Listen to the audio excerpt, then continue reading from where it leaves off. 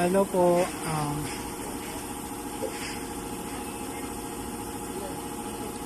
Ituturo ko po sa inyo kung paano i-timing yung ating 4JA1 na makina pang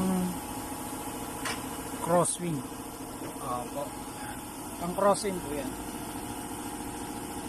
So meron po tayo ditong gear ng dito. Ito po yung gear niya para sa mga push rod. Tapos ito po yung pinaka main niya. Main yung sigunyal kung tawagin. Crankshaft. Tapos ito po yung gear ng injection pump.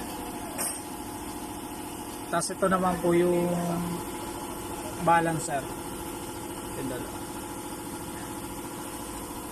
So ito po may mga letra po siya. Yan, nakikita nyo po ito. Y tsaka 0 or O. Dito naman po sa crankshaft nya X. Mapapansin nyo po may mga yan. Minsan naman po yung ibang marker dyan, tuldok lang po. Tuldok lang. Minsan dito isa, dito sa kabilang gear, 2, tsaka 0. Yung ibang gear po, isa, may 2 tuldok, tsaka 3 tuldok. Pero po dito, yung ginamit nilang timing mark is letra po. Y, X, tsaka Z, and B, tsaka O.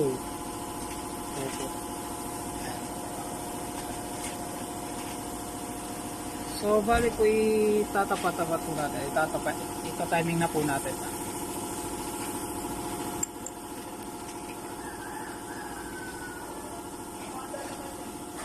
Ayan po. Bali po makikita nyo dito, ito yung 3 timing mark nya. Isang Z, Y, tsaka X. Bali po yung X, itatapat po natin yan dun sa X ng crankshaft. Tapos yung Y naman po, itong Y po, itatapat po natin yan sa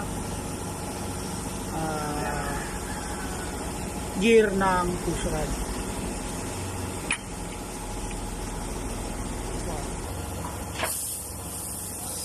So ayan po, nakatapat na.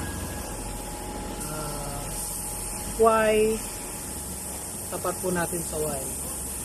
Tapos itong X, tapat din po natin sa X.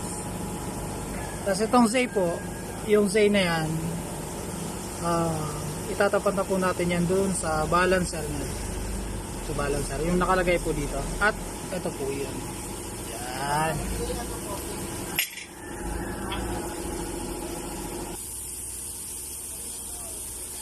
So ayan guys, nilagay na natin yung balancer niya. Yung Z, tatapat natin sa Z.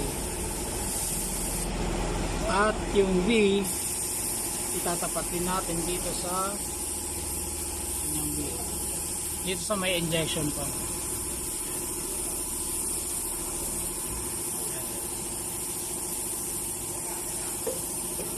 Simple lang pag-timing ng ng 4JA.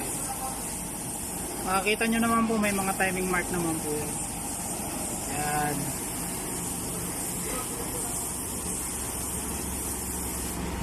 So ngayon guys,